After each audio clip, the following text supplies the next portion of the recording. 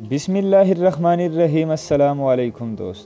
دوستو، corona virus کی وبا نے پوری دنیا کو اپنی لپیٹ میں لے لیا ہے اور تقریباً 172 ممالک میں 4.5 لاکھ تک مریض سامنے آئے ہیں اور اس وائرس سے انفیکٹ ہوئے ہیں۔ یہ وائرس اتنا خطرناک ہے کہ پھیپھڑوں میں پہنچ کر یہ فوراً ہی انسان کی جان لے سکتا ہے، اور اس کی وجہ سے پوری دنیا لاک ڈاؤن کا منظر اور کرفیو کا منظر پیش کر رہی ہیں، اور ہر کسی کو یہ حکم دیا گیا ہے کہ گھروں سے نہ نکلے، بغیر ضرورت گھروں سے نہ نکلا جائے۔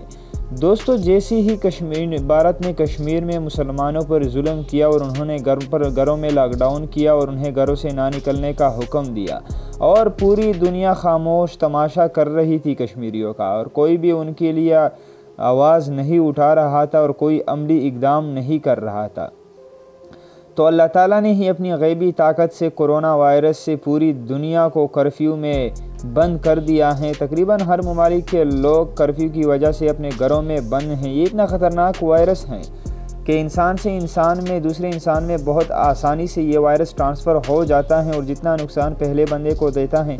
اسی طرح کا نقصان ہر کسی کو دیتا ہے۔ جس بندے کے اندر یہ وائرس چلا جائے گا تو وہ اس کے